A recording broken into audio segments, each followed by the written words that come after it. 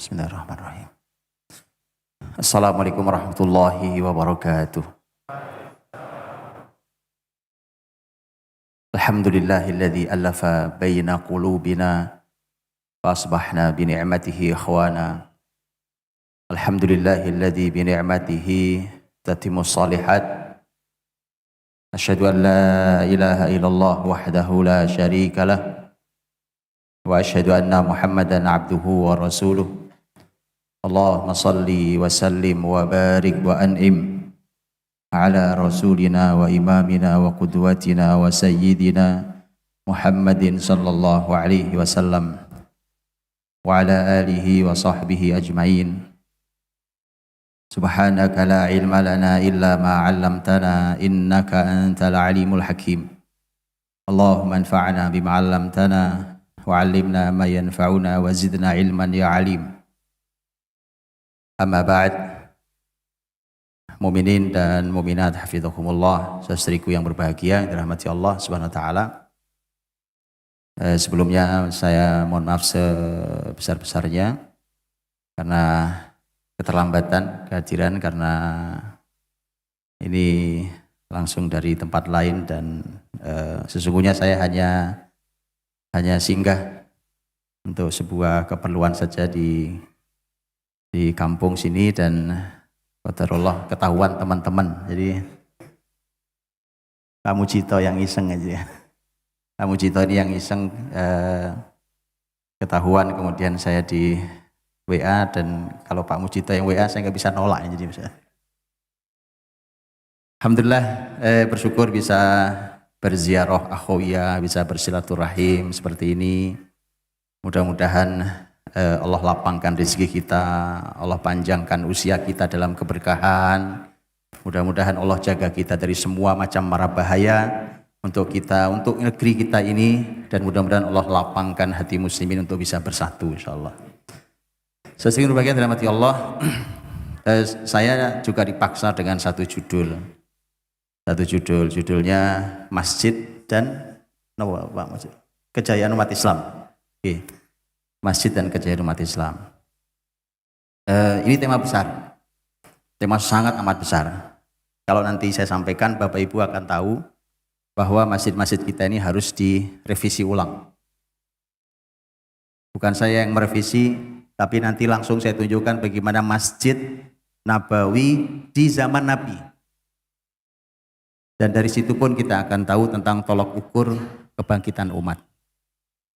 Baik, tapi itu nanti kan mau isya nanti. Ini pembukaan dulu, mukadimah dulu, Bapak Ibu dirahmati Allah. Saya ingin bersyukur dulu pada Allah bahwa melihat saudari, Masya Allah hari ini saya ini memang sering bepergian, tetapi sepanjang pandemi kemarin saya memang tidak bepergian, dan ini hari pertama saya mau keluar. Gitu. Saya sih sebenarnya nggak ada masalah, cuma saya baru mau keluar ya baru sekarang ini. Ini sudah keliling beberapa hari, bukan ceramah, bukan, karena emang barusan juga lagi panas-panasan di kebun, jadi Masya Allah, insya Allah semua untuk kebaikan. Dan saudara rahmati Allah, bersyukur pada Allah kalau di perjalanan itu, kalau saya kalau di Jakarta, Bogor, di tol itu, atau di banyak tol juga, yang saya syukuri adalah jazakallahu khairan.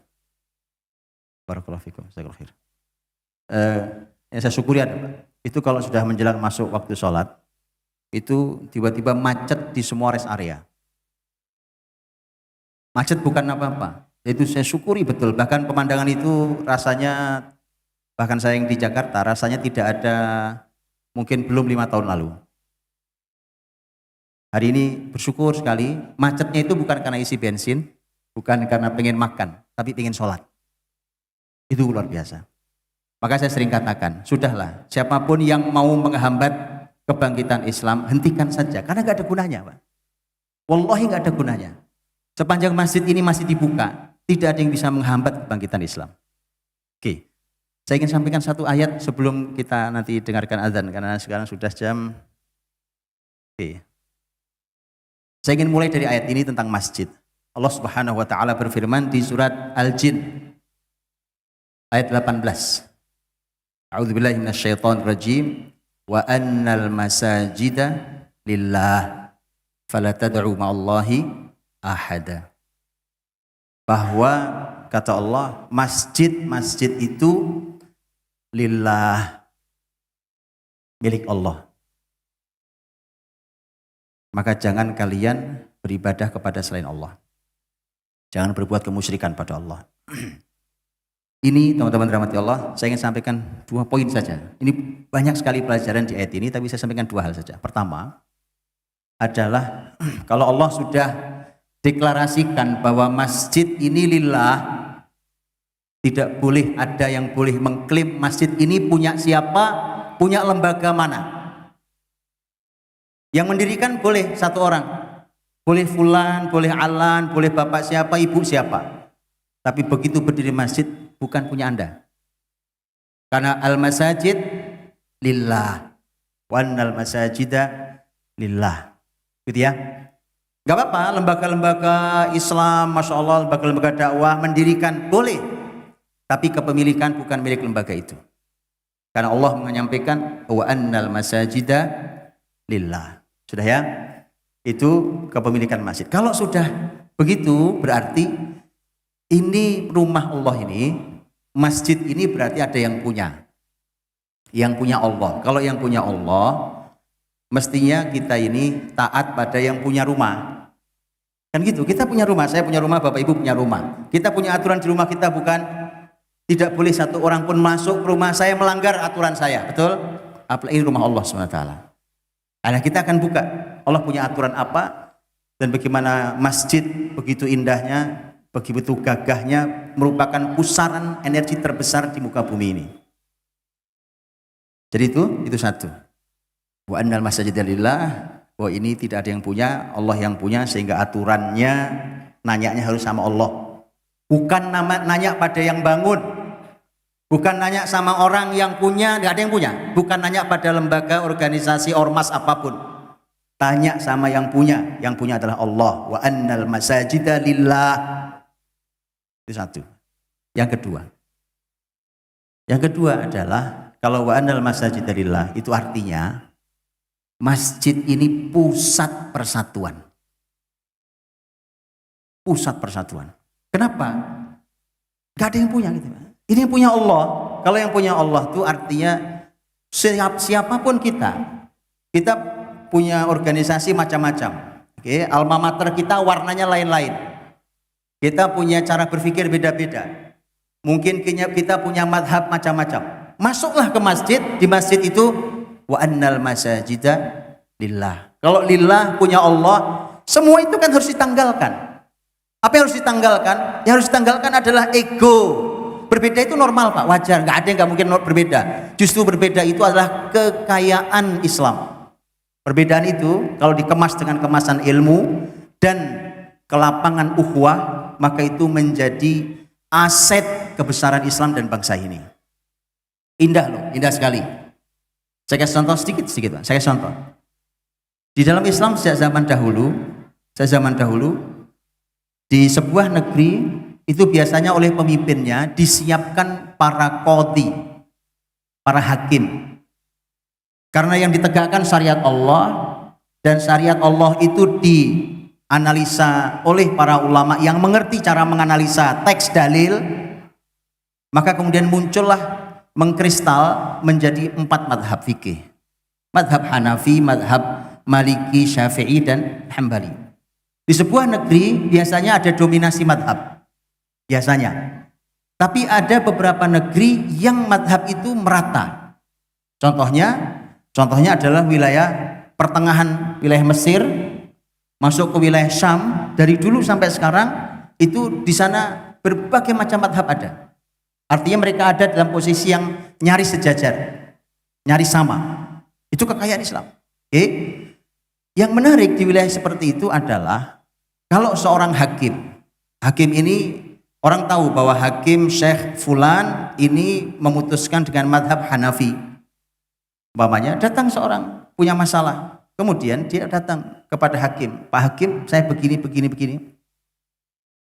Karena hakimnya tahu ilmu, dia bilang, pergilah ke Syekh Fulan, itu hakim dengan madhab Syafi'i umpamanya. Mengapa? Karena kalau saya yang putuskan, masalah ini berat buat antum. Ulama yang tahu, pergilah ke sana, maka di sana antum akan menjumpai solusi yang nyaman buat antum. Dan itu yang memutuskan ulama, bukan kita orang awam yang memutuskan, para ulama yang memutuskan itu. Lihat, itu saja dari contoh kecil itu perbedaan itu adalah kekayaan yang luar biasa bagi muslimin. Masjid ini milik Allah. Kalau milik Allah, siapapun kita masuk dengan pemikiran apapun, dengan latar apapun, kalau betul kita hamba Allah, tundukkan semua di hadapan Allah. Kalau antum masuk ke kantor ormas antum, masing-masing kita punya kelompok, punya ormas, punya pengajian, punya lembaga, punya yayasan, punya apapun, masuklah antum ke lembaga, ke kantor antum, silahkan. Antum kibarkan bendera antum, silahkan. Tapi kalau masuk masjid, kita semua adalah hamba Allah, Abdullah. Hormati hamba Allah yang lain. Karena kita mungkin berbeda pendapat. Jadi, lihat, kalau negeri ini mau bersatu, jangan pecah belah masjid. Karena ini masjid adalah merupakan sumber persatuan muslimin. Dan negeri ini mayoritas muslim. Ya, jadi pesan yang kedua adalah masjid ini merupakan sumber persatuan muslimin. Wallahu a'lam bishawab.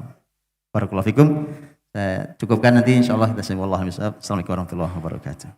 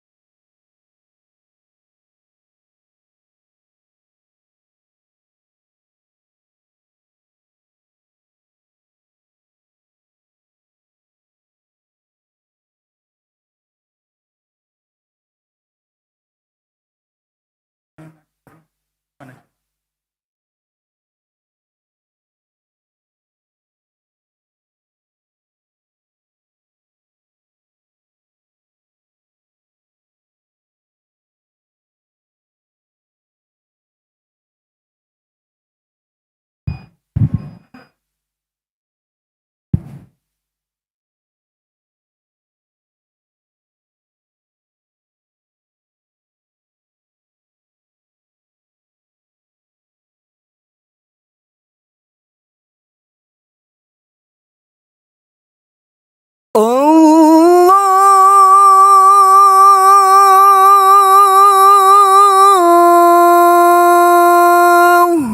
Akbar. Allahu Akbar.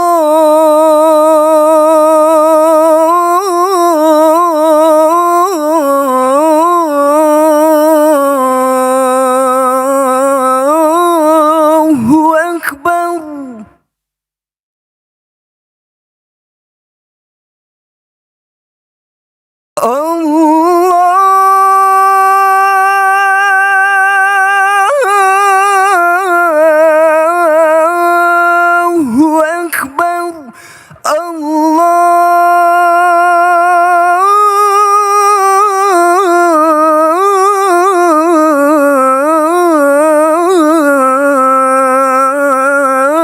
Allahu Akbar.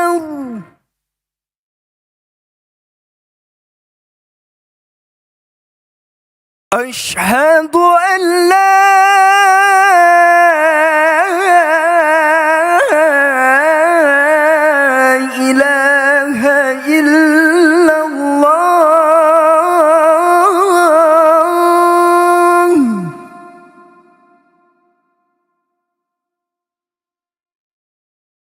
أشهد أن لا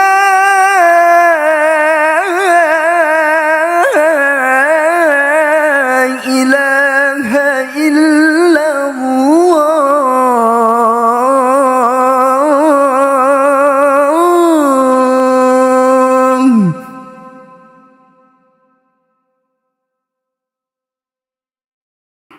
أشهد أن محمد رسول الله.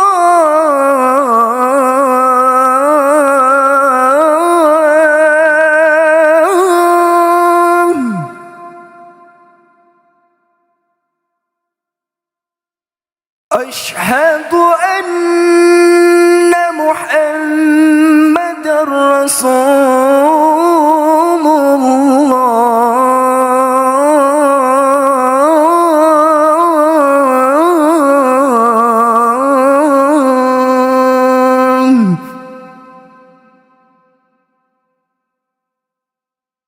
حي على الصلاة.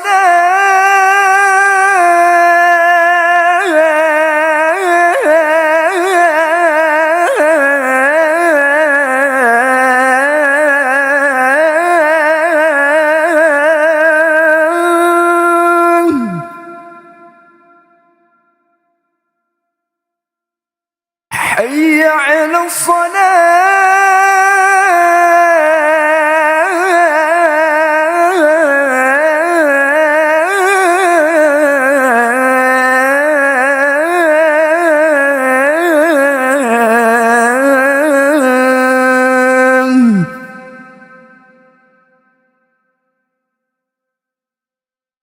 حي على الفلاح.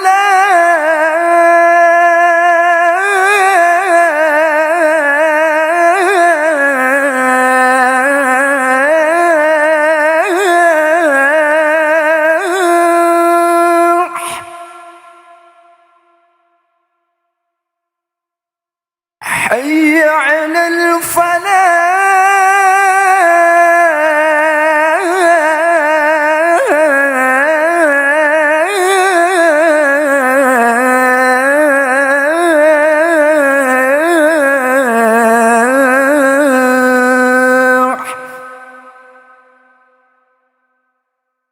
الله أكبر.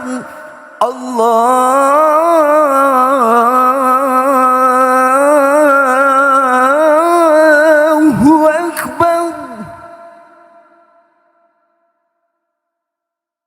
لا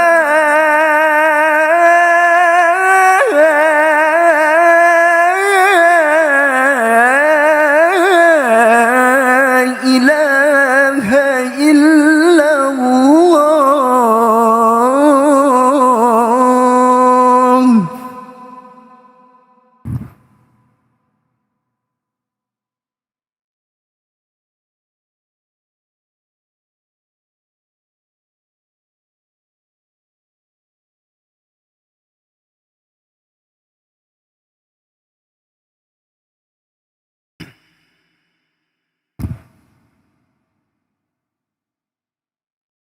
الله أكبر. الله أكبر.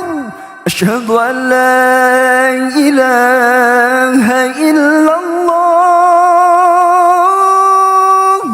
أشهد أن محمد رسول الله.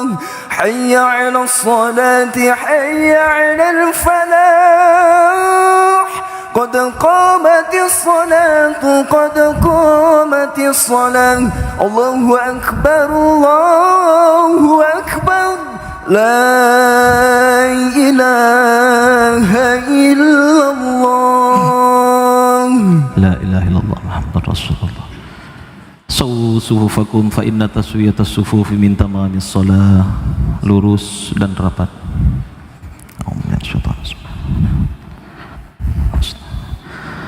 Allahu Akbar.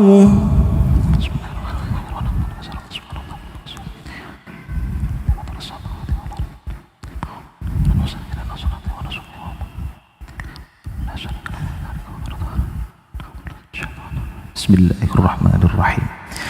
Alhamdulillahi Rabbil Alamin, Ar-Rahmanir Rahim, Maliki Yawmiddin, Iyyaka na'budu wa iyyaka nasta'in, Ihdina as-siratal mustaqim,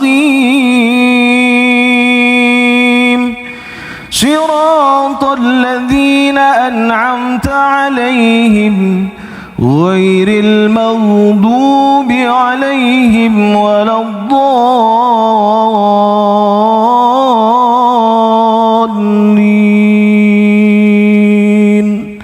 Amin. Bismillahirrahmanirrahim. Wad-duha wal-laili idza saja, ma wadda'aka rabbuka wa ma qala, walal akhiratu khairul laka minal ula, walasawfa yu'tika rabbuka fatarda, alam yajidka yatiman fa'awa, wa wajadaka dhallan fahada, wa wajadaka 'ailan fa'aghna, fa'ammal yatima fala taqhar, wa ammas sa'ila fala tanhar, wa amma bi ni'mati rabbika fahaddith. Allahu akbar.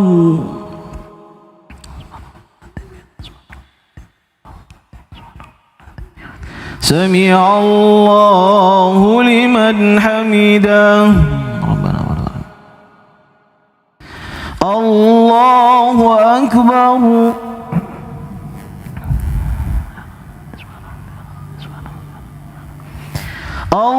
Allahu akbar.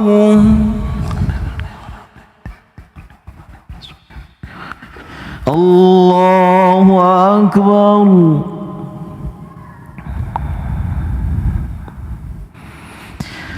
Allahu akbar. Bismillahirrahmanirrahim. Alhamdulillahi Rabbil Alamin, Ar-Rahmanir Rahim, Maliki Yawmiddin, Iyyaka na'budu wa iyyaka nasta'in,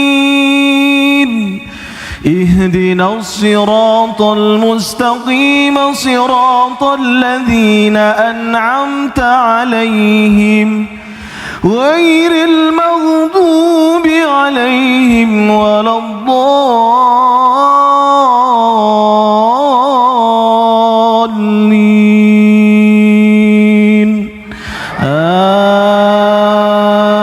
Amin.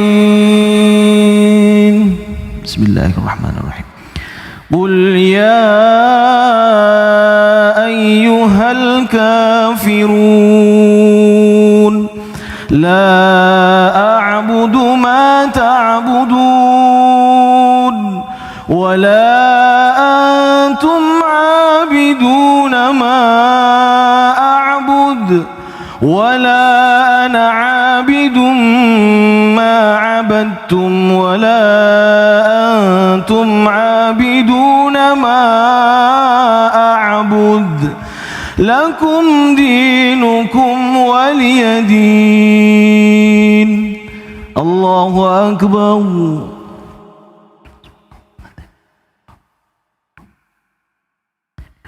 Sami'a Allahu liman hamidah.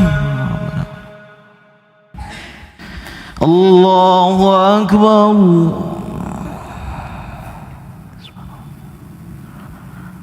Allahu akbar.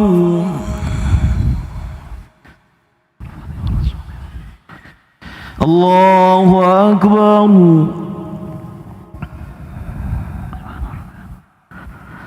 Allahu Akbar.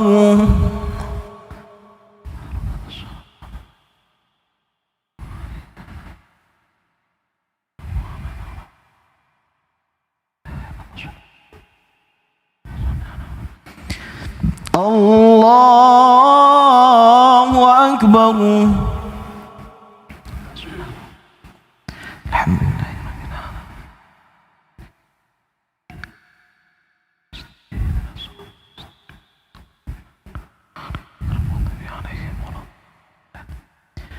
Allahu Akbar.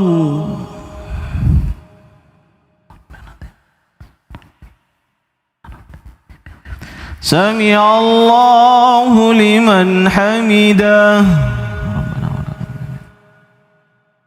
Allahu Akbar.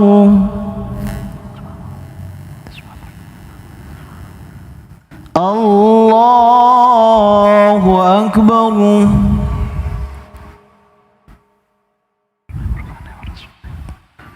Allahu Akbar.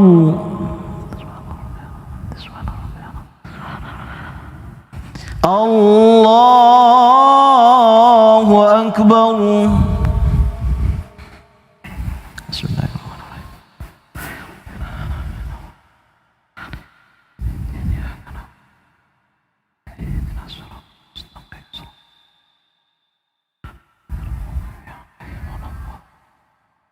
Allahu Akbar.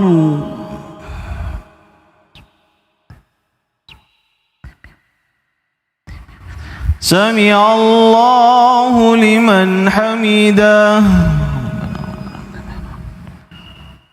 Allahu Akbar.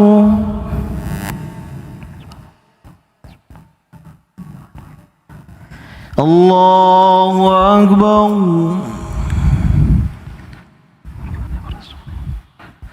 Allahu Akbar.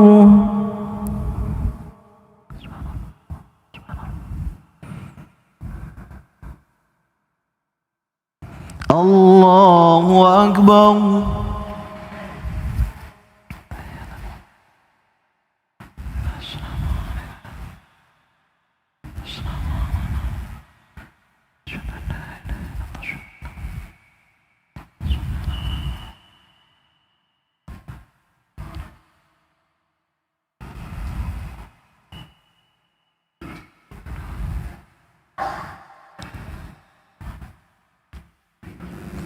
Assalamualaikum warahmatullahi wabarakatuh. Assalamualaikum warahmatullahi wabarakatuh. Astaghfirullahaladzim. Astaghfirullah.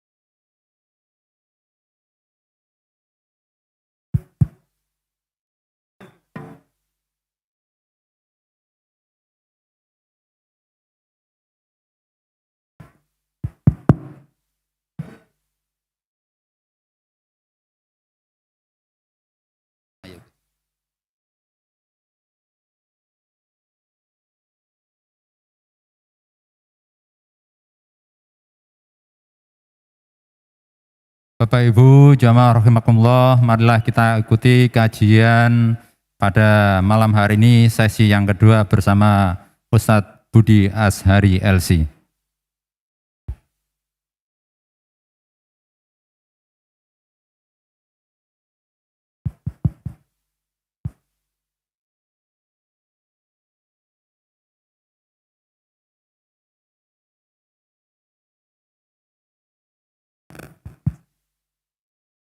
Bismillahirrahmanirrahim. Bismillah, alhamdulillah, wassalatu wassalamu ala rasulillah wa ala alihi wa sahbihi wa mawalah wa ba'd.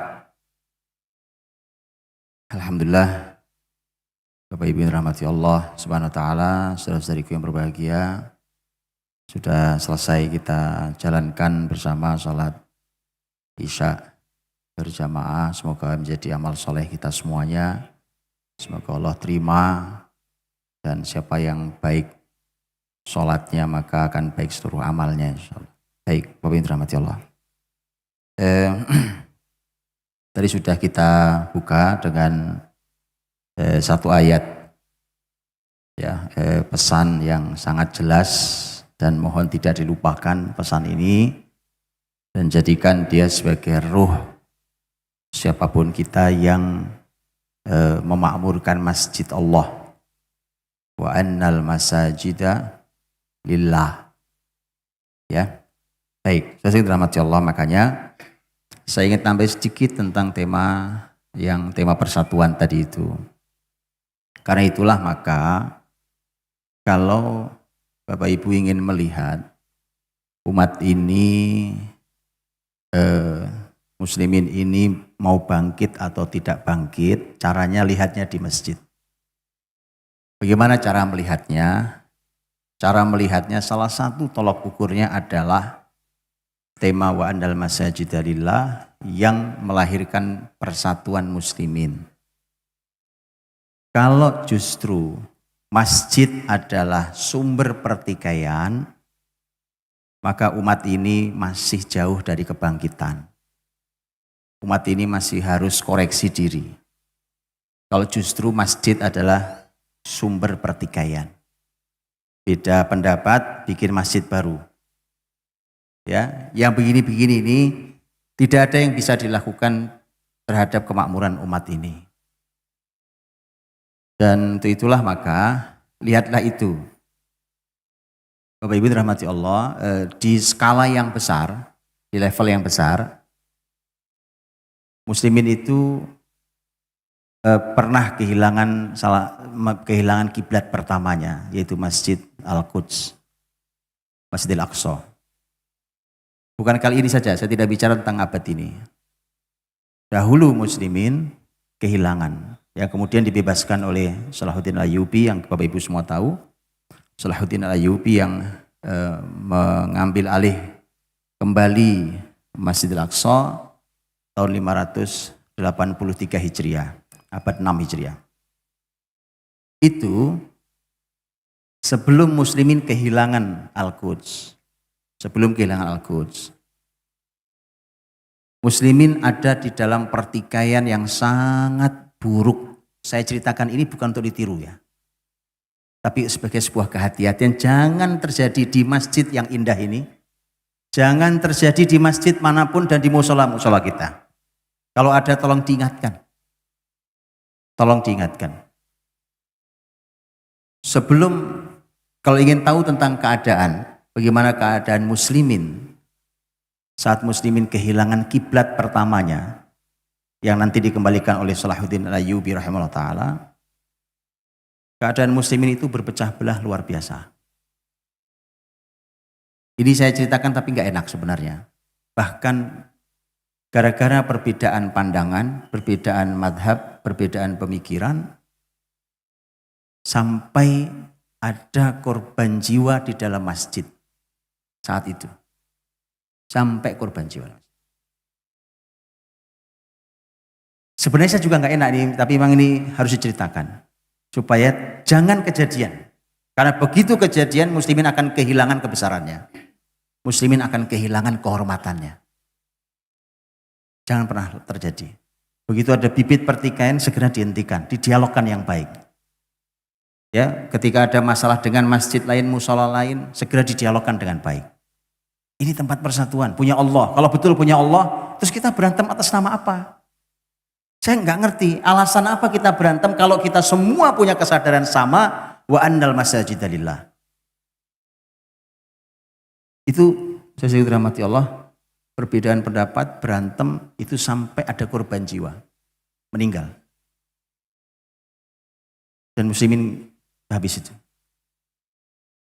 Saya sedih kalau melihat di rumah Allah kemudian orang teriak-teriak saling usir saudaranya, kemudian apa, siapapun itu. Siapapun itu. Saya pernah ke sebuah kota, ini saya ceritakan bukan untuk ditiru ya. Saya pernah ke sebuah kota saya nggak sebut kotanya, di negeri ini. Kemudian saya dapat cerita di kota itu. Ceritanya itu ada khotib Jumat, khutbah Jumat. Begitu khutbah Jumat, kemudian jamaah yang ada ini nampaknya sudah terbelah nampaknya. Yang tidak setuju, yang tidak setuju itu meminta khotib turun, itu nggak pakai teriak. Mimbar orang berdiri beberapa orang, mimbar digotong dibawa keluar. Hari Jumat. Saya dapat cerita di sebuah kota di negeri ini. Alhamdulillah tidak ada korban jiwa seperti yang ada dalam sejarah Islam. Itu apa? Kita berantem itu atas dasar apa sebenarnya? Berarti Anda merasa memiliki? Ini bukan rumah Anda. Siapapun kita. Berarti kelompok Anda merasa memiliki, ini bukan punya kelompok Anda. Paham ya? Ini saya perlu tekankan di awal, kalau muslimin mau bangkit, ukur persatuannya di masjid Allah. Asal kita semua ini hamba Allah, ini rumah Rob Anda. Kalau kita ini Abdullah, ini rumahnya Allah. Semua boleh makmurkan rumah Allah. Masalah perbedaan, hormati saudaranya. Berbedalah dengan ilmu, maka kita bisa menghormati saudaranya. Baik. Kemudian saya dirahmati Allah SWT. Saya ingin bicara dari sejak awal sekali tentang masjid. Baik dari sisi apapun itu, mau fikih, mau sejarah, mau apapun, dari mulai paling awal. Saya runtutkan dari awal. Kalau kita buka kitab fikih bicara tentang masjid, kemudian oleh ulama didefinisikan masjid itu apa? Itu secara fikih, gitu ya. Karena masjid ini bangunan khusus yang dibangun untuk menjalankan ibadah secara khusus. Itu adalah masjid. Kenapa harus didefinisikan dengan jelas? Itu karena harus ada hal-hal yang dihormati, harus ada hal-hal khusus, adab-adab khusus yang harus dilakukan terhadap masjid. Maka kemudian didefinisikan oleh fikih. Tapi kalau kita mau bicara tentang sejarah pertama kali masjid, para ahli sejarah Islam mengatakan bahwa masjid pertama yang didirikan itu Masjid Quba. Kalau sekarang masuk Madinah, Bapak Ibu kalau ke Madinah pasti mampir ke Masjid Quba, itu masjid pertama yang didirikan di zaman Rasul Muhammad SAW. Nabi mampir, ada perbedaan pendapat tentang berapa hari Nabi mampir di Quba. Nabi SAW tidak membuat rumah, Pak. Di Quba itu enggak membuat rumah. Yang dibuat rumahnya Allah. Tentu tidak bagus begini, hanya dibatasi di kotak di mana batasnya dikasih batas. Sudah, kemudian disinilah muslimin sholat. Kalau masalah atap, dulu atapnya itu ya hanya pelepah batang pohon kurma, kemudian pelepah daun kurma itu dianyam. Ya, dianyam kemudian jadi atap. Dah itu masjid. Kemudian Nabi SAW hari Jumat pagi, Nabi SAW kemudian bergerak dari Quba, kemudian sholat Jumat di jalan antara Quba ke Masjid Nabawi hari ini. Masjid Nabawi belum ada saat itu. Kemudian Nabi ditarik-tarik oleh banyak suku yang ingin mendapat kehormatan agar mau tinggal di suku mereka.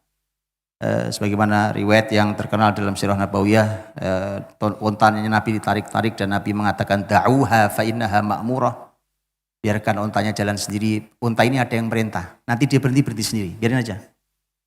Maka onta jalan sampai berhenti, begitu berhenti Nabi tidak turun, gak lama onta berdiri lagi, jalan lagi.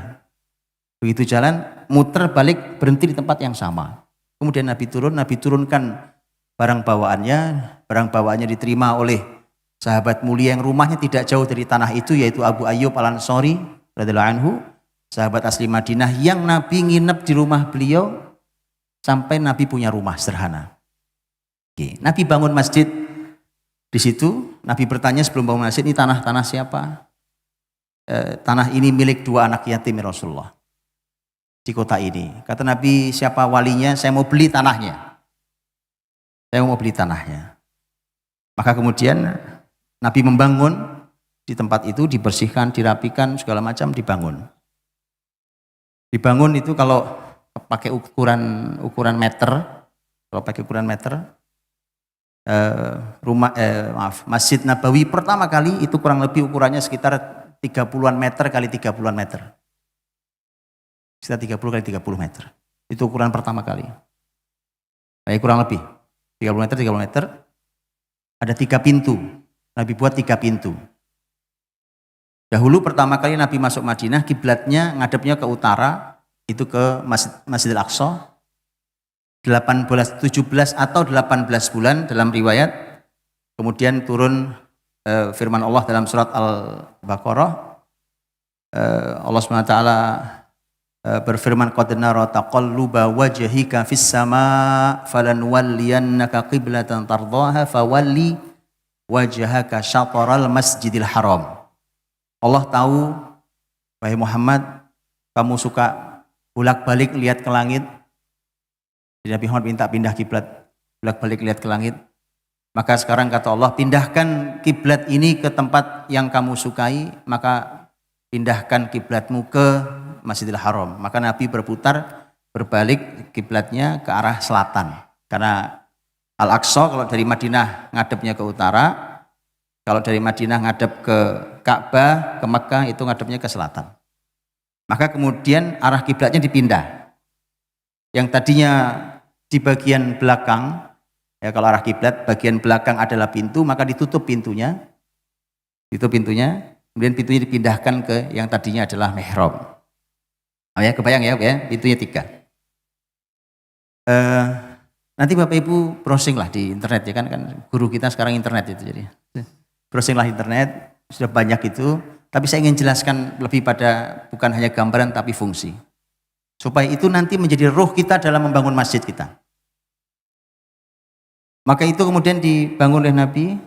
Saya ingin ceritakan ke Bapak Ibu tentang masjid Nabi itu aslinya seperti apa. Tadi sudah sebagiannya. Karena nanti Bapak Ibu cari aja ya. Bapak Ibu bayangkan saja ya. Karena saya nggak bawa apa-apa nih tadi. Saya gambarkan. Masjid Nabi itu kotak. Hampir sama ukuran panjang lebarnya. Baik. Kemudian arah kiblat. Sudah? Arah kiblat. Kemudian Nabi SAW membangun 3 pintu. Pintu dari belakang, pintu dari sisi rumah beliau. Beliau meletakkan rumahnya di sisi kanan belakang masjid, tapi nempel. Waktu kiblatnya masih ke Masjidil Aqsa, posisinya adalah di kanan belakang masjid. Makanya begitu sekarang kita ke sana, makam Nabi yang itu adalah kamar atau rumah Aisyah radhiyallahu anha, posisinya menjadi di kiri bagian depan. Bisa dibayangkan? Karena kiblatnya berbalik 180 derajat. Ya, tadinya kalau saya ngadep ke sana kiblatnya, maka di bagian sisi sana. Begitu kiblat saya ngadep ke sana, sekarang sebelah kiri sini, bagian depan. Itu yang sekarang, ya. Tadinya sebenarnya Nabi meletakkan bagian belakang rumah itu, ditempelkan dengan masjid. Jadi itu rumah-rumah Nabi yang disebut dan menjadi nama surat di dalam Al-Quran, yaitu Al-Hujurat. Al-Hujurat artinya kamar-kamar. Satu istri, satu kamar. Jadi itu dideretkan, kamar yang oleh para ulama disebut dengan al-hujurat asy-syarifah, kamar-kamar mulia. Ruang-ruang kamar mulia. Baik. 3 pintu di situ, 1, di belakang 1, di sisi yang satunya lagi 1. Jadi 3. Kan sisi 1 adalah kiblat, sisi kiri pintu. Jadi paham ya? Oke. Hanya ketika pindah cuma geser saja, yang tadinya mihrab menjadi pintu. Ya. Bapak Ibu, sama, Masjid Nabi itu bawahnya ini saya ceritakan supaya, karena ini nanti sebagiannya berhubungan dengan hukum. Sebagian berhubungan dengan hukum. Bangunan ini. Lantainya ini hasba. Hasba itu kerikil-kerikil kecil yang dikumpulkan dari Wadi Akik. Di Madinah itu ada membentang lembah, namanya lembah Akik. Tahu Akik? Tahu batu akik? Tahu batu akik? Baru tahu sekarang kalau itu bahasa Arab. Dan itu diambil dari lembah di Madinah. Betulan. Antum tahu sejarah batu akik? Belum tahu ya. Tapi bukan waktunya sekarang saya jelaskan. Maksudnya saya jelasin batu akik sekarang. Saya jelasin masjid hari ini kan. Betulan. Dan batu akik itu punya sejarah. Kenapa sampai masuk Indonesia namanya batu akik? Itu ada sejarahnya. Kapan-kapan lah kita bicara kan. Jadi itu kerikil disebar di dalam masjid, disebar kecil-kecil, itu menjadi lantainya. Kalau ini kan masya Allah ini permadani infonya ya. Kebayang tidak Bapak Ibu, ketika atapnya tadi itu sama, ada tiang, dibuat 3 soft, ditiangi, dikasih tiangnya adalah batang pohon korma itu didirikan, kemudian atapnya adalah pelepah daun korma yang dianyam, taruh, ya. Dan kemudian di bagian itu bagian sholat, bagian depan, di bagian tengah bolong, nggak ada atapnya. Bisa kebayang ya? Kebayang atau enggak? Karena saya nggak bawa apa-apa, jadi saya nggak bisa. Kotak, oke, mihrab, pintu 1, 2, 3. Ya, kotak ini dikasih tembok. Oke, kasih tembok. Bagian depan 3 soft imam, terus 3 soft ke belakang, itu dikasih atap atasnya. Setelah itu bolong, tidak ada atapnya. Setelah itu bagian belakang, ini semua masih di bagian kotak semua ya. Di bagian belakang dikasih atap lagi, yang itu merupakan tempat ashabus suffah. Nah, ini nanti pelajaran luar biasa. Ashabus suffah adalah para sahabat yang tidak punya rumah, tidak punya penghasilan ekonomi yang layak, bahkan kadang mereka tidak punya baju, tidak punya makanan, mereka tinggal di masjid itu. Tinggal di masjid itu. Ini nanti semua menjadi konsep hukum, jadi konsep masjid. Ya, taruh di bagian belakang. Sudah kebayang ya? Terbayangkankah oleh kita kalau musim dingin kayak apa rasanya? Dalam keadaan masjid seterbuka itu. Itu satu. Yang kedua, terbayangkankah oleh kita kalau lagi musim panas? Musim panas, terik, sholat zuhur, sholat asar. Kebayang? Kayak apa rasanya? Kerikil di panas matahari. Hari ini panas Madinah. Kalau hari ini, saya tidak tahu di zaman Nabi. Saya belum mendapatkan kalau ukuran kira-kira. Kalau di dalam riwayat ada banyak tentang pembahasan itu. Kalau hari ini bisa di atas 50 derajat. Jadi artinya setengah air mendidih, Pak. Gitu ya. Malam begini nih, kalau lagi musim puncak panas, malam seperti ini itu di luar tidak ada matahari, gelap, tapi panasnya bisa 36 derajat. Lebih panas dari Tulungagung di siang hari. Betul ya? Jadi keluar tuh hangat. Nggak ada matahari, ya gelap gini, tapi keluar tuh hangat. Dah, sholat zuhur, sholat asar, dengan kerikil yang terpanggang matahari, kemudian sahabat sujud. Kayak apa rasanya? Sudahlah, makanya gini Bapak Ibu, masjid kita ini sangat nyaman, ya Allah, indah. Sejelek apapun masjid kita, menurut bahasa kita hari ini, jauh lebih nyaman dari masjid Nabi SAW. Terus alasan apa lagi kita nggak mau ke masjid? Indah sekali masjid kita ini, Masya Allah. Semua masjid kita hari ini nyaman, betul ya? Jadi itu sahabat harus nahan-nahan diri untuk sujud, untuk meletakkan tangannya, lututnya, kemudian meletakkan keningnya waktu terik matahari musim panas. Maka kemudian muncullah syariat yang Nabi sampaikan, kata Nabi, abridu bis salah fa inna syiddatal har min fayhi jahannam. Kata Nabi, dinginkan sholat kalian. Karena terik matahari di siang hari itu adalah merupakan asapnya jahanam. Jadi dunia dan surga neraka itu sebenarnya terhubung sebenarnya, Pak. Ya, ini DP-nya sudah ada di sini. Jadi begitu siang di musim sangat terik, yang itu kita nggak punya. Maka kemudian ada sunnah untuk mengundurkan sedikit waktu zuhur. Itu menjadi sunnah menurut para ulama, makanya sampai hari ini Masjidil Haram, Masjid Nabawi itu kalau musim sangat panas, itu sholat zuhurnya tidak persis di jam masuk zuhur, agak diundur sedikit. Kenapa? Karena Nabi perintahkan untuk melaksanakan sunnah itu, Nabi mengatakan abridu bis salah, ya kan? Dinginkan sholat kalian, undur sedikit, ya. Kalau di sini ada, ya? Enggak ada, masjidnya jadi dingin, enggak ada. Jadi jangan diundur sholatnya, masjidnya jadi dingin, Masya Allah, ya kan? Jadi, malah kademen Ustaz. Jadi abridu bis salah. Saya Nabi SAW membangun masjid seperti itu, dan kemudian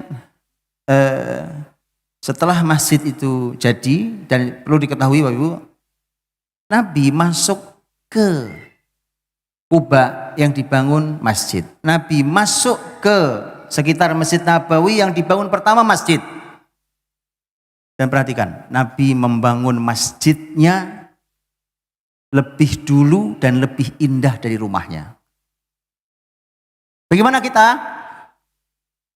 Ngaku muslim, Masya Allah, ya kan? Ngaku pengikut Nabi SAW. Masjidmu perlu bantuan, dibantu. Masa bagusan rumah kita sama rumah Allah? Nabi betulan Pak menjalankan itu. Nabi betulan menjalankan itu, bahwa masjid Nabi SAW dibangun lebih dulu daripada rumahnya, dan Nabi SAW membangun lebih indah masjidnya, lebih besar masjid daripada rumahnya. Luar biasa. Kemudian ini menjadi sebuah, akhirnya teman-teman, ini menjadi sebuah syariat. Lihat ya, cara para ulama mengambil sebuah kesimpulan syariat.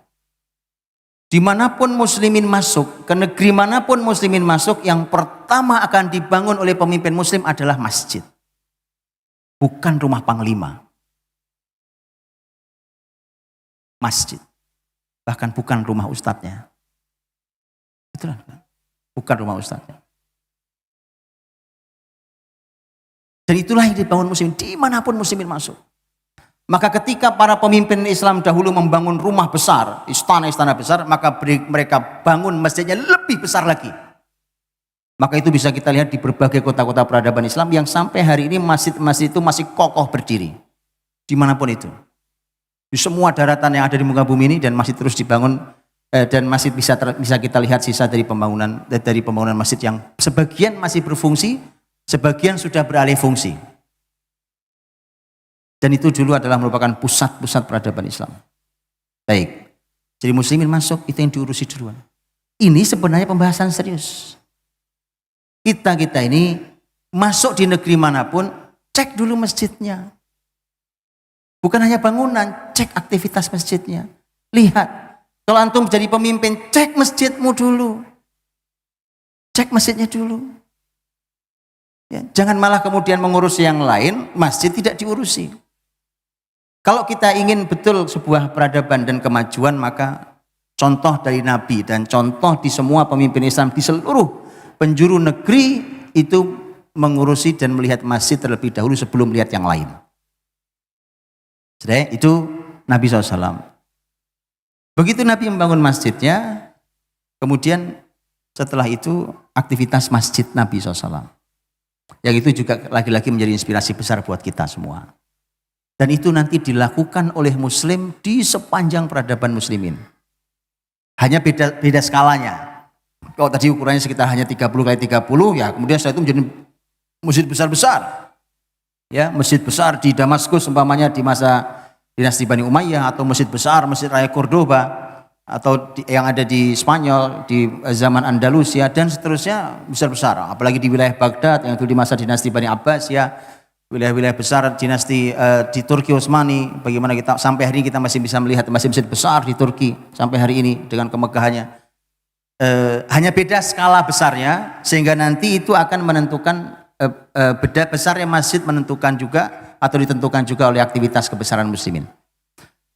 Nabi SAW kemudian membuat berbagai aktivitas, dan aktivitas ini menjadi inspirasi besar di sepanjang zaman, dan mudah-mudahan itu menjadi inspirasi perbaikan kita untuk masjid kita hari ini. Karena bayangkan ya, yang membangun masjid ini, yang membangun masjid-masjid yang lain, Masya Allah kita doakan semoga Allah memberikan ganti dengan dibangunkan istana di surga. Karena itu janji Nabi SAW. Dengan keikhlasan beliau-beliau maka kata Nabi, Allah akan membangunkan untuknya rumah di surga. Beliau-beliau membangun dengan harta-harta halal, yang harta-harta terbaik mereka. Itu begitu membangun, keinginannya kan mengalirkan pahala. Jadi harus mengalirkan, aktivitasnya harus ramai. Harus ramai. Bukan hanya memperindah bangunan, tetapi harus memakmurkan masjid Allah SWT. Itulah mengapa, lihatlah firman Allah SWT dalam surah At-Taubah ayat 18. Innama ya'muru masajidallah man amana billah wal yaumil akhir wa aqamas shalah wa ataz zakah wa lam yakhsha illallah. Innama di dalam bahasa Arab para ulama mengatakan adatun lil hasr. Jadi innama itu untuk membatasi. Hanya, dalam bahasa Indonesia hanya. Kalau hanya berarti dibatasi. Selain ini nggak bisa. Selain ini tidak bisa. Siapa yang boleh memakmurkan masjid Allah? Innama ya'muru. Jadi kata takmir masjid itu, oh itu istilah yang langsung diambil dari Quran. Jadi jangan, ini enggak sembarang ini. Takmir masjid itu, Masya Allah. Itu aktivitas yang langsung Quran punya istilah. Innama ya'muru masajid Allah. Masjid-masjid Allah itu man amana billah. Jadi dia harus punya kriteria yang memakmurkan masjid Allah. Apalagi pengurus takmir masjidnya. Jadi bukan cuma asal tokoh, asal tua, asal dituakan, asal banyak duitnya, asal apa kemudian dipilih. Nggak, jangan. Nggak masuk. Siapapun yang datang memakmurkan masjid Allah, apalagi pengurusnya yang dipilih, kriterianya langsung disebut dalam Quran. Coba Bapak Ibu perhatikan, pekerjaan-pekerjaan lain kriterianya tidak disebut dalam Quran. Coba sebutin deh jenis pekerjaan apapun. Ada disebutkan kriterianya, harus memilihnya, harus begini-begini, enggak. Tapi memakmurkan masjid Allah penting, turun tangan, karena rumah ini tidak ada yang punya kecuali Allah SWT. Maka harus mereka yang beriman pada Allah dan hari akhir, mereka yang menegakkan sholatnya, mereka yang mengeluarkan zakatnya, dan tidak takut kecuali Allah. Coba diperhatikan. Kalau beriman pada Allah dan hari akhir, kita masuklah. Mendirikan sholat, masuklah, namanya Pak Takmir Masjid ya kan, pasti mendirikan sholat. Bayar zakat, ya mestinya begitu, nggak terpisahkan antara sholat dan zakat. Tapi ada poin yang menggelitik yang keempat. Walam yakhsha illallah. Tidak takut kecuali Allah. Emang ada apa dengan masjid? Kenapa ada muncul kalimat, mestinya yang memakmurkan masjid Allah itu orang-orang yang tidak boleh takut kecuali hanya pada Allah. Emang ada apa Pak? Emang pengurus masjid diapain? Kok ditakut-takuti gitu? Yalah, ayat memberikan isyarat penting bahwa yang memakmurkan masjid itu mesti orang yang tidak punya rasa takut sama sekali. Gak ada rasa takutnya kecuali hanya pada Allah. Kenapa? Pasti ada zamannya, ada masanya, di sebuah tempat, di tempat ini ataupun di tempat lain, bahwa rumah Allah diganggu.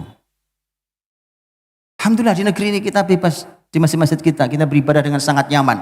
Kemudian di masjid lain, wallahi, itu bukan zaman dahulu, zaman-zaman kita sekarang. Lagi sholat dihabisi. Dibunuh saat sholat. Kejadian, bukan di satu tempat saja. Masjid-masjid besar dirobohkan. Artinya, betul-betul bahwa yang dalam keadaan seperti itu kita tahu bahwa walam yakhsha illallah. Takmir masjid itu tidak boleh takut kecuali hanya pada Allah. Ya, apapun keadaannya. Jadi harus betul orang-orang yang tidak punya rasa takut sama sekali. Gak ada rasa takut sama sekali. Takutnya hanya pada Allah SWT. Ini orang-orang dengan tauhid yang super tinggi. Yaitu pengurus masjid itu. Jamaahnya nanti akan ditulari oleh pengurus masjid karakter itu. Karena pengurusnya sebaik itu, maka jamaahnya akan melihat keteladanan yang diberikan oleh para pengurusnya. Baik. Rasul Shallallahu Alaihi Wasallam mengurus masjid beliau, memakmurkan masjid beliau. Dan apa hubungan dengan kejayaan Islam kita akan lihat. Nabi SAW membuat banyak aktivitas di masjid. Masjid Nabi itu sangat makmur, sangat ramai dengan kegiatan. Nanti Nabi membuat perluasan tahun 7 Hijriah. Itu masjid dibangun tahun 1 Hijriah, 7 tahun berikutnya mulai banyak yang mulai bertambah dan banyak jumlah muslimin, sudah nggak muat lagi, tahun 7 Hijriah diluaskan. Ukurannya kurang lebih menjadi sekitar 50 kali 50 meter. Itu jadi diluaskan. Itu karena tahun 7 Hijriah sudah mulai banyak sekali orang-orang yang bertambah jumlah muslimin. Nanti ada perluasan lagi di zaman-zaman berikutnya. Di zaman berikutnya terus sampai yang kita saksikan hari ini. Rasul Shallallahu Alaihi Wasallam membuat aktivitas di masjid itu ternyata tidak hanya dibatasi untuk sholat. Ya, masjid mahal-mahal dibangun kayak begini kemudian cuma buat sholat terus dikunci, ngapain? Ngapain? Kan ya udah. Kita tiru yuk. Nanti teman-teman dirahmati Allah, saudara berbahagia. Semua muslimin, bahkan yang bukan muslim, mereka harus merasakan kehadiran masjid adalah energi kehidupan. Mereka harus rasakan itu. Bahwa muslimin, bahkan siapapun itu akan merasakan bahwa masjid di sekitar mereka adalah sebuah keberkahan tersendiri. Maka Nabi tidak hanya menjadikan masjidnya untuk sholat. Kalau masjid untuk sholat pasti, Nabi buat masjid untuk sholat. Kemudian kalau sholat bahkan Nabi SAW minta agar sebenarnya diseimbangkan sebenarnya antara sholat di rumah dengan sholat di masjid. Saya bicara tentang laki-laki bahkan, bukan perempuan. Karena Nabi SAW ketika menyampaikan tentang laki-laki lebih baik sholatnya di mana? Bagaimana bunyi kalimat Nabi? Nabi SAW menyampaikan bahwa sholatnya laki-laki itu khairu sholatir rajuli, sholat terbaiknya laki-laki di mana? Bukan begitu kalimat Nabi, bukan di masjid, enggak begitu. Khairu sholatir rajuli fi baitihi, di rumahnya. Illal maktubah, kecuali yang wajib. Nah beda. Kita perhatikan kalimat saya sekarang. Saya pakai bahasa Indonesia.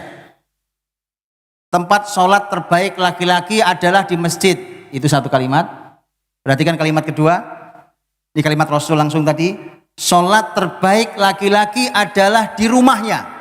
Kecuali sholat yang wajib. Sama atau beda rasanya? Jauh bedanya. Jauh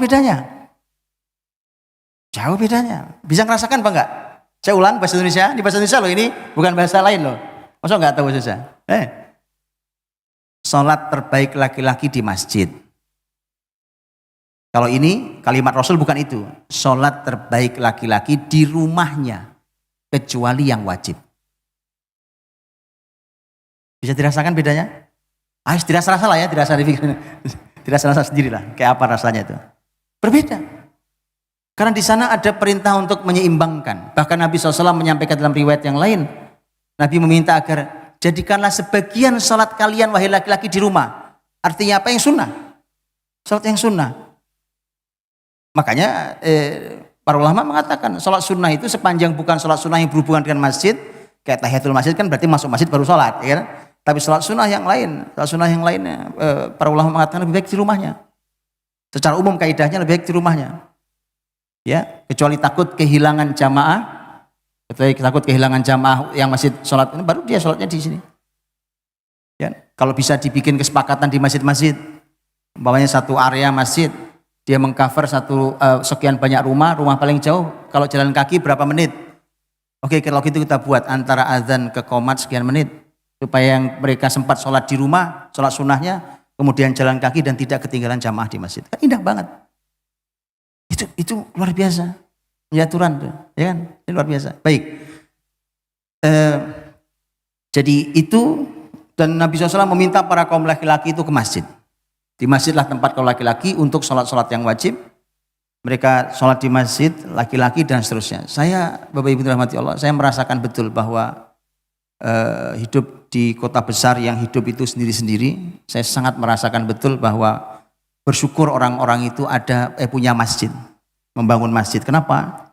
Karena kalau nggak ada masjid kita nggak saling sapa, Pak. Kita nggak saling kenal satu sama lain. Tetangga mepet tembok tuh, samping tembok nggak kenal kita. Jadi memang begitu. Di mana kita bisa ketemu? Di masjid. Kita ketemu, oh bapak ibu ini tinggalnya yang rumah yang oh ini ternyata beliau sebelah rumah saya, ya kan? Bisa tidak betul-betul tidak kenal sama sekali, maka itu pentingnya. Dan Nabi SAW, itu kalau sholat, Bapak Ibu, terutama di waktu subuh itu, Nabi kalau sudah salam, selesai sholat mengimami salam, ya kan? Kemudian Nabi zikir sebentar, kemudian membalikkan badannya, kemudian melanjutkan zikirnya sambil melihat para sahabat. Nanti Nabi akan bertanya, Fulan kemana? Kok nggak ada? Fulan sudah sekian lama nggak kelihatan di masjid itu. Coba tolong dicari. Jangan-jangan sakit atau punya apa. Itu Nabi lakukan. Jadi Nabi itu absensi sosial itu di masjid. Agar kita tahu saudara kita punya masalah apa. Ya, ada masalah apa? Kenapa? Jangan-jangan sakit. Jangan-jangan punya keperluan lain. Jangan-jangan sibuk yang perlu kita bantu. Dan seterusnya. Indah loh. Jadi masjid itu ada aktivitas sosial yang luar biasa. Nabi membuat absensi sosial soal subuh itu. Dilihat, enggak ada. Biasanya bapak itu di sebelah sana, biasanya kan enggak kelihatan. Ya, baik. Kemudian Rasul SAW sekali lagi tidak hanya membuat aktivitas masjid itu hanya sholat, tapi Nabi membuat banyak aktivitas lain. Aktivitas besar yang Nabi lakukan. Yang besar sekali di antara yang Nabi lakukan adalah tempat untuk belajar. Tempat untuk belajar, pengajian seperti ini, Bapak Ibu, itu bukan hanya pengajian biasa. Oleh muslimin nanti dikembangkan bahkan menjadi universitas itu ya begini modelnya. Di masjid-masjid juga.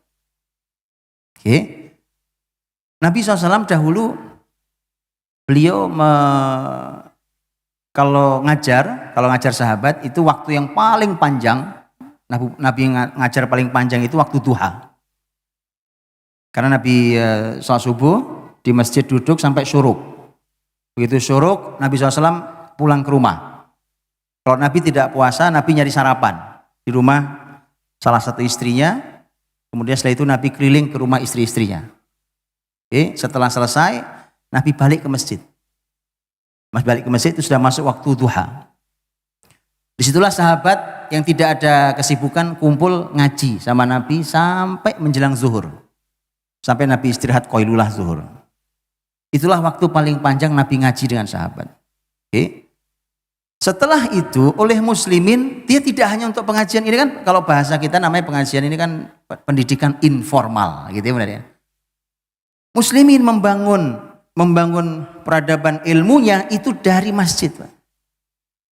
Maka dulu kampus-kampus Islam itu dari masjid. Bapak Ibu tahukah bahwa universitas tertua di bumi versi PBB, resmi versi PBB, namanya adalah University of Qarawiyyin, Universitas Qarawiyyin. Tahukah Bapak Ibu bahwa Qarawiyyin itu adanya di kota Fas di Maroko. Qarawiyyin itu masjid, bukan universitas. Tapi PBB harus mengakui bahwa itu universitas pertama tertua di muka bumi. Jami' Qarawiyyin. Ya bagaimana tidak tua? Wong itu abad 9, Pak. Masehinya abad 9. Abad 3 Hijriah. Abad 9 Masehi. Abad 9 Masehi loh, siapa yang sudah punya kampus? Abad 9 Masehi. Universitas paling tua di Eropa itu abad 11. Jadi mereka terlambat jauh, Pak. Itu pun mereka juga belum ngerti apa-apa. Semuanya plek-plek niru 100% niru muslimin punya. Karena mereka juga belajar dari muslimin. Jami' Qarawiyyin itu masjid, namanya Jami'. Jami' itu artinya masjid Jami'. Masjid Jami' Qarawiyyin. Dibangun oleh seorang perempuan namanya Fatimah. Fatimah Al-Fihriyah. Punya saudari namanya Maryam. Fatimah ini dapat warisan banyak dari bapaknya. Waktu bapaknya meninggal dapat warisan banyak, kemudian dia bangun masjid dengan uang warisannya itu. Sepanjang masjid itu dibangun, dia puasai, Pak. Dia puasa sampai masjid selesai. Masya Allah itu. Lihat barokahnya, sampai detik sekarang saya duduk di sini, masjid itu masih berdiri kokoh, masih dipakai ibadah, dan masih universitas sampai sekarang. Pahalanya kayak apa ya Pak itu ya? Berdiri tahun 9 Masehi, abad 9 Masehi, atau abad 3 Hijriah, sekarang sudah abad 15 Hijriah, 12 abad umurnya sudah Pak. Yang membangun sudah 12 abad lalu meninggalnya. Gitu. Sampai sekarang pahala masih terang mengaliri kuburnya. Itu indahnya. Baik, jadi itu Jami' Qarawiyyin. Muslimin membuat pembelajaran-pembelajaran itu, bahkan kampus-kampus resmi itu tidak dibuat seperti universitas hari ini. Jadi tidak seperti hari ini. Hari ini kemudian seluruh aktivitas muslimin itu sentralnya adalah masjid. Kemudian setelah itu mulai dipisah dari masjid, bahkan saking sudah terpisah dari masjid lupa. Bahkan kadang-kadang kita tahu ada sebuah universitas besar, sekolah besar, masjidnya nggak jelas di mana. Orang nyari masjid susah Pak. Di mana saya mau sholat? Nih kampus besar, nih masjidnya di mana? Lurus Pak jalan, belok kanan, turun ke bawah, belok kiri. Di basement kecil. Itu masuk bau jempol. Subhanallah. Itu bisa bayangkan betapa kasihannya umat ini. Kemudian setelah itu mau bicara tentang kebesaran Islam, mustahil. Karena dulu ilmu apapun, ilmu agama, ilmu umum itu diajarkan di masjid. Dan dia resmi, Pak, resmi. Kalau jangan membayangkan seperti kita ngaji gini, ada kayak sekolah persis, ada absensinya ada evaluasi, ada ujiannya, ada kelulusannya, ada ijazahnya, ada apa bahasa kitanya? Kalau kelulusan itu ada perayaan kelulusannya dan seterusnya. Lengkap seperti memang kampus. Itulah kenapa PBB mengakui bahwa itu sudah universitas. Jami' Qarawiyyin itu. Masjid Jami' Qarawiyyin. Itu indahnya, makanya coba yuk kita renungi bareng-bareng Pak. Di Tulungagung ini berapa jumlah masjid? Itu satu. Berapa jumlah musola? Dua ya. Kemudian coba saya mau nanya tuh. Dari waktu duha, anggap kira-kira jam 7:30 atau jam 8 gitu ya. Sampai jam 7 lah. Kan sekarang subuh lebih awal, jam 7 umpamanya. Sampai menjelang zuhur. Dari Senin sampai Jumat. Oke. Rata-rata masjid-masjid di Tulungagung ini penuh aktivitas atau tidak? Kosong. Bayangkan kalau itu dijadikan ruang kelas sebagaimana dulu di peradaban Islam. Ngirit ruang kelas bukan? Saya kasih contoh, gampang Pak, saya contoh. Saya cerita sedikit tentang saya. Di pesantren ada 650 santri yang di Bogor.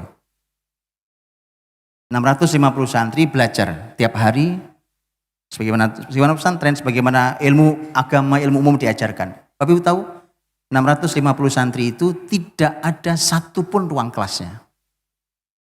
Tapi berjalan dengan sangat baik. Di mana ruang kelasnya? Di masjid. Semua ilmu bisa diajarkan di situ. Semua ilmu. Makanya lihat Pak, model masjid peradaban Islam itu modelnya menarik Pak. Makanya Bapak Ibu kalau lagi pengen bangun masjid nantinya jangan hanya memperhatikan keindahan. Sebelum keindahan itu penting. Bahkan muslimin punya peradaban keindahan. Tapi sebelum itu perhatikan fungsi, manfaat. Makanya kalau Bapak Ibu perhatikan di masjid-masjid besar di peradaban Islam itu selalu modelnya begini Pak. Modelnya selalu, dan itu semua inspirasi Masjid Nabawi tadi. Masjid itu di kotak gitu. Ini sudah masjid besar-besar ya. Itu sama persis modelnya. Kotak, tengah dibolong, tidak ada atapnya, kayak stadion gitu. Oke. Di bagian depan yang buat sholat itu dikasih pintu tembok, ditutup rapat. Pintu dan tembok. Itu untuk orang sholat, orang zikir, orang baca Quran tidak terganggu. Sudah? Setelah itu dibuat selasar, ini namanya selasar kanan kiri itu. Selasar panjang, sepanjang masjid melingkar gitu. Selasar. Apa fungsi selasar itu? Fungsinya adalah kelas. Di sini dulu diajarkan fikih, diajarkan tafsir, diajarkan hadis, di pojok sana ilmu kedokteran, di sana ilmu fisika, di sini ilmu geografi. Itu muslimin dulu. Betul-betul kampus. Jadi kalau pendidikan dipisahkan dari masjid, nah silahkan lihatlah hasilnya seperti kita hari ini. Kayak gini-gini modelnya nih. Sekolah jauh dari masjid. Dulu muslimin sekolah di masjid. Bapak Ibu kalau pergi ke Masjidil Haram, Masjid Nabawi, hari ini di dalam Masjidil Haram, Masjid Nabawi itu ada universitas. Bukan yang pengajian itu bukan ya. Kalau yang pengajian yang kalau Bapak Ibu umroh kemudian lihat ada ada para ulama duduk di kursi kemudian banyak yang ngaji, itu pengajian umum kalau itu. Bukan. Universitas betulan. Di dalam masjid universitas. Namanya Jami'atul Haram. Ada yang Haram Makki, ada yang Haram Madani. Yang Mekah di Masjidil Haram, yang Madinah di Masjid Nabawi. Betul-betul universitas. Makanya nanti ada masa mereka ujian, ada masa mereka nanti tadi ada perayaan kelulusan. Di mana? Di dalam masjid. Oh enggak barokah bagaimana coba Pak? Anak-anak belajar ilmu apa saja di dalam rumah Allah Subhanahu wa taala. Baru nanti muslimin meluaskan itu di sekelilingnya masjid ketika sudah tidak muat lagi. Baik, Bapak Ibu dirahmati Allah. Maka itu karena inspirasinya adalah Nabi dulu meletakkan meletakkan di dalam masjid itu adalah tempat belajarnya para sahabat. Lahirnya ulama-ulama besar. Ulama-ulama besar dunia. Ilmunya jauh lebih besar daripada kita yang sekolah sampai profesor hari ini. Di ilmu apapun itu. Di ilmu apapun itu. Sudah ya, itu pendidikan tuh.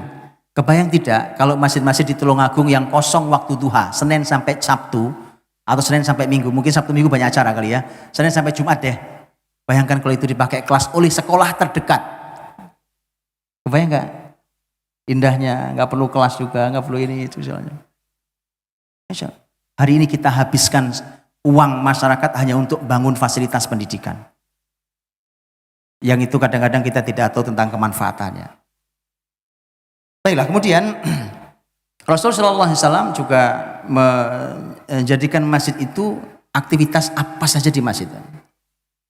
Nabi SAW ketika ada Sa'ad bin Abi Waqqas radhiyallahu anhu, sahabat Nabi ini pemimpin tertinggi masyarakat Madinah. Sa'ad bin Mu'ad radhiyallahu anhu, bukan Sa'ad bin Waqqas, Sa'ad bin Mu'ad radhiyallahu anhu, pemimpin tertinggi masyarakat Madinah. Ketika terluka di perang Khandaq tahun 5 Hijriah, terluka dan terlukanya sangat serius, Nabi minta, kata Nabi, rawatlah Sa'ad di dalam masjid. Maka ruang kosong yang tadi atasnya bolong itu Pak, itu dibikinkan tenda. Tenda itu adalah tenda milik seorang wanita namanya Rufaidah, dan itu tenda yang kemudian setelah itu muslimin mengatakan itulah cikal bakal rumah sakit pertama dalam Islam. Rufaidah itu seorang perawat, biasanya kalau pergi jihad tugasnya merawat orang yang mujahid yang terluka. Saat dirawat di situ, di dalam tenda itu, Nabi SAW mengatakan agar saya dekat kalau menjenguk dia. Maka diletakkan di situ dan qadarullah kemudian syahid, tidak tertolong, kemudian beliau meninggal tahun 5 Hijriah. Dan itulah satu-satunya orang yang Nabi SAW berkata, ihtazza arsyur rahman limauti Sa'ad. Bergetarlah arsy Allah yang maha rahman dengan meninggalnya Sa'ad bin Mu'ad radhiyallahu anhu. Itu bayangkan makhluk kita ini sampai menggetarkan arsy Allah tidak mungkin. Berarti ini orang besar meninggal. Bahkan waktu itu beliau masuk Islam baru 5 tahun. 5 tahun masuk Islam, tapi karya besarnya sampai menggetarkan arsy Allah yang maha rahman. Nah itu, maka kemudian masjid itu teman-teman itu juga fasilitas kesehatan. Di zaman kebesaran Islam berikutnya, masjid-masjid itu ketika sudah besar, itu bahkan dahulu praktek dokter itu di depan pintu masjid. Di peradaban masjid-masjid besar yang ada zaman Islam dulu, ya kan? Dokter-dokter itu praktek di depan pintu masjid begitu. Dia siap periksa pasiennya, kemudian dia bawa obat, dikasih obatnya untuk hal-hal yang bisa ditangani ringan. Di situ dia buka di situ. Dan dia membuka itu gratis untuk siapapun. Ya, itu karena dulu begitu. Ya. Dan arti bisa dibayangkan. Bayangkan ketika dunia kesehatan itu diletakkan di masjid dan tidak jauh dari masjid. Roh masjidnya itu membuat dunia kesehatan tidak berani berbuat culas dan curang. Ada masjid Allah, Pak. Bahkan dilakukan di masjid, mereka nggak berani berbuat curang dan culas. Iya kan? Lalu gini, prakteknya aja di depan pintu masjid macam-macam ya kan? Ya. Kebayang nggak anak-anak kita yang belajarnya di masjid, berani mereka berkata kotor, teriak-teriak seperti di kelas secara umum? Nggak berani untuk kata ini masjid. Dia terjaganya generasi, makanya barokah itu, barokahnya generasi itu. Ya, ini PR sendiri tentang dunia kesehatan. Rasulullah SAW itu karena tadi saya katakan di bagian belakang itu ada ashabus suffah, orang-orang yang tidak punya rumah. Tidak punya rumah ini teman-teman, di kemudian hari menjadi orang-orang besar dalam sejarah Islam. Salah satunya sahabat sangat terkenal Abu Hurairah radhiyallahu anhu. Jadi ulama tertinggi, dia perawi hadis terbanyak, bahkan nanti menjadi pemimpin di sebuah wilayah di zaman Khalifah Umar. Di ashabus suffah ini, mereka ini tidak punya makan. Orang nggak punya uang, nggak punya makan, kelaparan. Abu Hurairah itu semasa belajar dan tinggal di tempat ashabus suffah itu, bagian belakang masjid itu pernah pingsan di raudhah, di samping mimbar Nabi itu pingsan. Kemudian Abu Hurairah berkata, orang menganggap saya sakit, jadi saya punya penyakit sampai saya pingsan. Demi Allah tidak sakit, saya lapar. Itu Abu Hurairah. Tapi di kemudian hari menjadi orang besar. Abu Hurairah radhiyallahu anhu. Di bagian belakang itu, Bapak Ibu, itu kemudian Nabi perlu solusi makanan. Para sahabat saat itu di awal-awal masih sulit makanan. Maka Nabi berkata kepada kalau habis sholat isya kayak jam segini nih, habis sholat isya, ini masa-masa awal masih sulit makanan di Madinah zaman Nabi. Nabi mengumumkan habis sholat isya, Nabi umumkan, para sahabatku siapapun yang di rumah punya sisa makanan, bawa saudaranya, bawa pulang ke rumah. Maka ada sahabat yang bawa 1 orang, karena sisa makanan tinggal cukup untuk 1 orang. Ada yang bawa 2, ada yang bawa 3. Tapi ada sahabat pemimpin besar Madinah dan sahabat kaya raya dan sangat dermawan, namanya Sa'ad bin Ubadah. Sa'ad bin Ubadah radhiyallahu anhu itu kalau membawa 80 orang. Ayo ke rumah saya, 80 orang bawa ke rumah. Jadi kayak pesta tiap malam itu, Pak.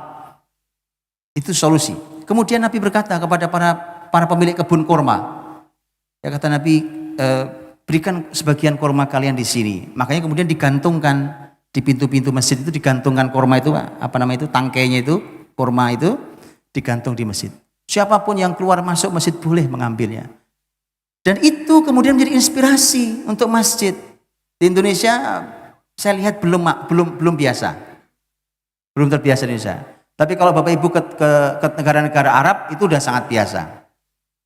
Di Indonesia sudah mulai ada, tapi saya melihat kalau masuk masjid belum banyak yang mungkin. Iya, kalau dulu gantungkan pohon kurma. Kalau di negara-negara Arab itu, Pak, itu ditaruh di bagian belakang gitu yang tidak mengganggu, itu kulkas. Taruh kulkas, colokin dingin, di situ ada minuman, makanan, ada buah, ada apapun. Itu di situ. Siapapun masuk, keluar masuk silahkan ambil. Di Indonesia baru mulai, saya lihat baru mulai. Dan itu artinya menjadi masjid adalah solusi pangan bagi masyarakat. Ya, itu inspirasi luar biasa. Maka kalau Bapak Ibu pergi umpamanya hari ini yang masih aktif, yang masih berfungsi sebagai fungsi aktif adalah contohnya kalau Bapak Ibu pergi umpamanya ke Turki. Di Turki itu bangunan-bangunan masjid tua itu masih diabadikan. Orang-orang Turki menyebutnya istilahnya adalah kulliyat. Kata orang Turki kulliyat. Kulliyat itu satu areal komprehensif. Jadi masjid di tengahnya. Kemudian nanti ada berbagai macam tadi, ya ada tempat belajarnya, ada ini itu, ada tempat kesehatan segala macam sampai dapur umum. Dapur umum itu dianggarkan dengan menggunakan wakaf-wakaf produktif. Ada orang berwakaf, bisnisnya diwakafkan, hasilnya untuk apa? Untuk memberi makan yang ada di masjid itu. Itu ada dibuatkan dapur umum. Jadi siapapun mau makan kapanpun jam berapa sepanjang sudah ada bisa dimakan. Luar biasa. Ya, dan hari ini masih terus berjalan. Di banyak tempat juga masih berjalan. Di beberapa negara ini juga masih berjalan. Bahwa masjid adalah merupakan solusi pangan. Jadi kalau ada orang lapar ke masjid aja, Pak. Di masjid makanan ada kok. Masjid aja.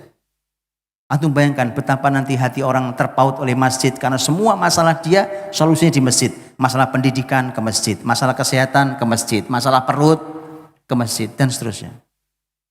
Akhirnya masjid itu ada di hati. Kenapa masjid tidak ada di hati? Karena masjid sumber masalah. Ya kan, begitu ke masjid, pulang ngaji ngajak berantem temannya. Nah, itu jadi sumber masalah masjid. Masjid bukan sumber masalah, masjid harus menjadi sumber solusi. Waktu saya sudah habis, sudah jam 8. Sudah jam 8. Baik Bapak Ibu rahmatullah, saya tutup. Bicara masjid sebenarnya bicara yang sangat panjang dan masih banyak hal lain. Bahkan ada sekian banyak fungsi-fungsi lain yang ada di masjid. Bahkan ada satu buku ditulis oleh seorang jenderal sudah meninggal rahimahullah. Beliau juga ahli sejarah Islam, seorang jenderal di Irak namanya Mahmud Syed Khattab. Beliau presentasikan bukunya itu di hadapan para ulama dunia di Mekah saat itu. Judulnya adalah Risalatul Masajid Al-Askariyah, risalah militer masjid. Jadi sampai ada bukunya sendiri yang nulis seorang jenderal militer hari ini, dia meninggal abad 20 lalu, itu sampai menulis bahwa masjid itu bahkan punya fungsi militer. Dari mana? Dari zaman Nabi. Zaman Nabi, Pak. Zaman Nabi. Nabi itu rapat militer di mana? Di masjid. Ngumpulkan jenderal di mana? Di masjid. Ya, kalau jenderal jauh dari masjid terus mau menjaga apa? Kan begitu dong. Rasul kita itu membicarakan tentang kemiliteran di masjid, Pak. Dikumpulkan. Sini kumpul. Kita bicara tentang kemiliteran. Bicara rapat, diputuskan di masjid. Ya, itu luar biasa. Jangan jauh dari masjid. Jadi sampai ditulis bukunya itu oleh seorang ahli, bahkan beliau juga orang militer, juga ahli sejarah Islam, ditulis tentang bahwa masjid itu punya risalah militer, punya tugas kemiliteran, dan seterusnya masih sangat banyak yang lainnya. Mudah-mudahan bisa kita mulai rapikan, perbaiki masjid-masjid kita, dan sekali lagi dia adalah sumber energi terbesar bagi umat ini. Nanti silakan tadaburi surat An-Nur ayat 35, 36, 37, ayat 35 tentang Allahu nurus samawati wal ard. Allah itu cahayanya langit dan bumi. Ya, dan seterusnya ayat 36 Allah berfirman tentang masjid fi buyutin adzinallahu an turfa'a wa yudhkara fiha ismuh yusabbihu lahu fiha bil ghudwi wal asal. Kemudian ayat yang 37 Allah berfirman tentang kaum laki-laki yang rajin ke masjid. Rijalul la tulhihim tijarah wala bai'an dzikrillahi wa iqamis shalah wa ita'iz zakah, dan seterusnya. Wallahu a'lam bishawab. Mudah-mudahan bisa kita ambil hikmahnya. Assalamualaikum warahmatullahi wabarakatuh. Assalamualaikum warahmatullahi wabarakatuh.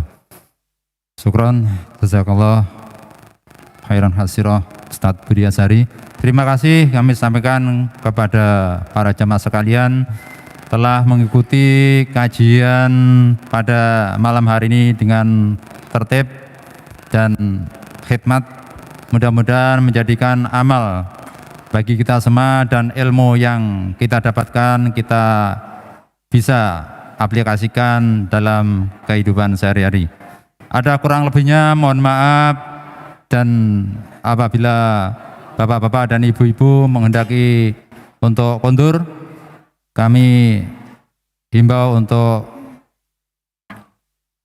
keluar dari masjid dengan tertib dan rapi. Mudah-mudahan kita semua selamat, lancar dalam perjalanan menuju rumah masing-masing. Terima kasih. Assalamualaikum warahmatullahi wabarakatuh.